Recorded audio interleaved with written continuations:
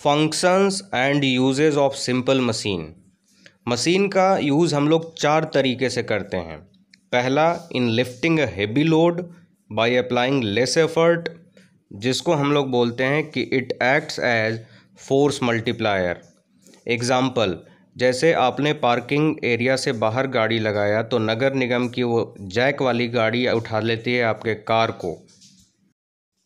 Car तो heavy load है, लेकिन स्मॉल एफर्ट का यूज़ करके उस कार को लिफ्ट अप किया जाता है। यह फोर्स मल्टीप्लायर की तरह एक्ट करता है। In changing the point of application of effort to a convenient point. Example, cycle जब हम लोग चलाते हैं तो एक्चुअल में व्हील रोटेट करता है, लेकिन क्या हम फोर्स व्हील पे लगाते हैं? नहीं, हम फोर्स लगाते हैं पेडल के ऊपर, है ना। तो हम लोग अपने कन्वीनियंट पॉइंट के हिसाब से, अपने जो हमें इजी लगता है वहाँ पे पेडल पे फोर्स लगा के व्हील को रोटेट कराते हैं। Third is in changing the direction of effort to a convenient direction. जैसे if we have to lift up bucket of water from well, we use force by using pulley, not in upward direction but by in downward direction. Pulley का use करते के हम लोग जब कुएं से पानी निकालना होता है तो फोर्स हम लोग डाउनवर्ड डायरेक्शन में लगाते हैं और पानी ऊपर की तरफ आता है। So here direction of effort is changed at convenient point. Fourth function of machine is for obtaining gain in speed. मतलब कि greater movement of load by applying small movement of effort. Example is seizures.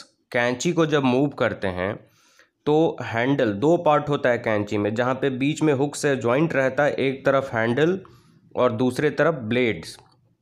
तो हम effort लगाते हैं handle के ऊपर, तो handle में अगर हम थोड़ा भी मूवमेंट करते हैं तो ब्लेड्स में मूवमेंट ज़्यादा होता है, मतलब gain in speed. Examples is scissor. Now, definitions of machine. Machine is a device by which we can overcome a large resistive load by applying small force or effort. Example, एक रिक्शे का example लेते हैं कि अगर आपको 10 trolley या फिर 10 कोई लगेज है, बैग्स है, बुक्स है ना, और कोई भी सामान है, बेंच है, या आपको ले जाना है कहीं पे, तो आप अगर अपने सर पे उठा के ले जाओगे तो आपको भार, मेहनत ज़्यादा पड़ेगा। लेकिन आप रिक्शे का यूज़ करते हो, है ना, तो रिक्शा एक्ट्स एज मशीन, जो फोर्स को क्या करता है, जो हम एफर्ट लगाते हैं उसको रिड्यूस कर देता है, डिक्रीज़ कर देता है। तभी मशीन का हम यूज़ करते हैं कि कम से कम एफर्ट लगाकर ज़्यादा से ज़्यादा हम आउटपुट ऑब्टेन करें। अब मशीन से रिलेटेड कुछ टेक्निकल टर्म्स को हम लोग समझते हैं। First is load. एक एग्ज़ाम्पल लेते हैं, जैसे आपको साइकिल चलाना हो तो आप क्या करते हो, पेडल पे फोर्स लगाते हो। Large resistive force to be overcome by machine. कोई काम है हमारे लिए, एक पढ़ाई करना भी एक काम है ना, साइकिल चलाना एक काम है, घूमना एक काम है, या कोई भी चीज़ करना जिसमें हमें फोर्स लगाना हो वो एक काम है। उस फोर्स को हम लोग ओवरकम करते हैं, कम करते हैं, डिक्रीज़ करते हैं with the help of machine.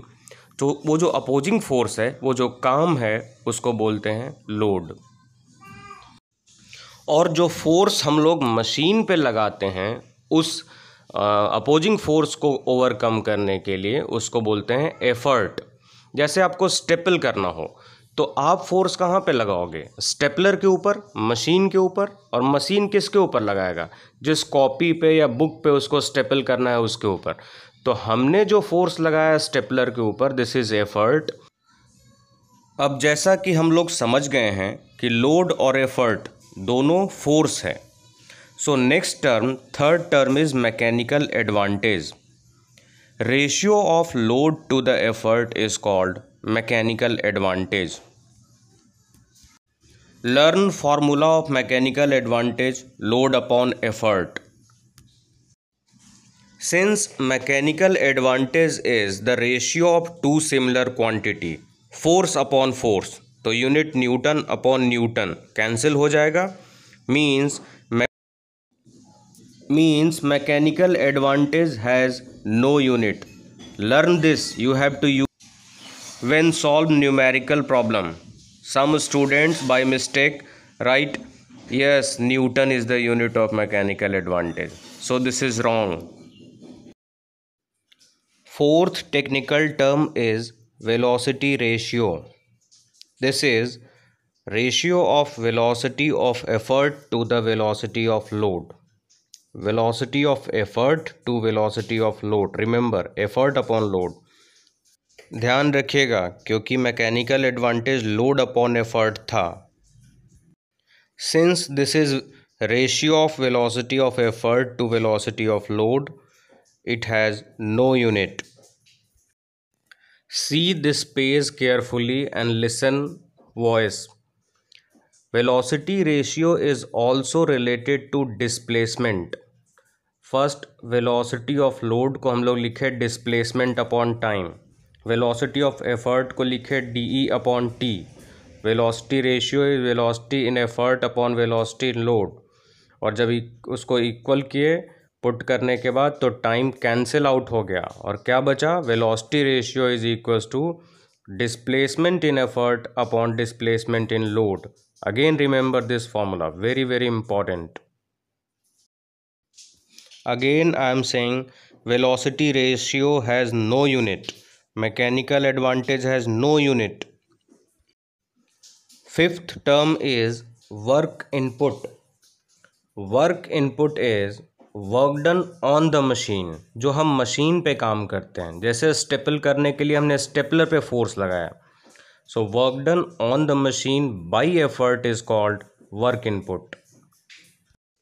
Next is work output. Work done by the machine on the load, जो स्टेपलर उस कॉपी पे फोर्स लगाएगा उसके थ्रू वर्क डन होगा, is known as work output. Next is efficiency, और bracket में जो symbol बना है ईटा, ETA, एन टाइप का बना हुआ है, उसको ईटा पढ़ते हैं. So efficiency is the ratio of work output to the work input. And when we have to find efficiency in percentage, be multiplied by 100.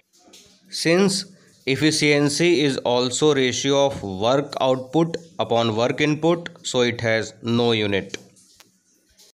किसी भी मशीन का एफिशिएंसी 100% नहीं होता है, क्योंकि फ्रिक्शन के चलते या weight of moving part of machine, इसके चलते कुछ न कुछ लॉस हो जाता है. Next important concept is ideal machine and actual machine. A machine that is there is no loss of energy in any manner, this machine is known as ideal machine. Efficiency is 100%. But what is actual machine? The output energy is always less than input energy, known as actual machine. The energy loss in actual machine due to following reasons that are given.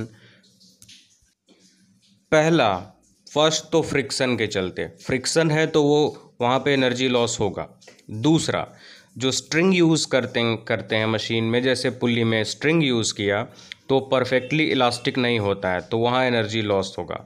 और तीसरा, जहाँ पे हम लोग machine use कर रहे हैं, आटा चक्की का मशीन या कोई भी मशीन, तो वो जो पार्ट्स होते हैं मशीन के वो परफेक्टली रिजिड नहीं होते हैं. तो ये तीन कारण हैं कि वहाँ पे एनर्जी लॉस होता है. चीज़ कोई भी मशीन 100% एफिशिएंट नहीं होता. यह क्वेश्चन एग्ज़ाम के लिए इम्पॉर्टेंट है. Loss of energy due to which reason. Machine का क्लास नंबर 2 अगले वीडियो में.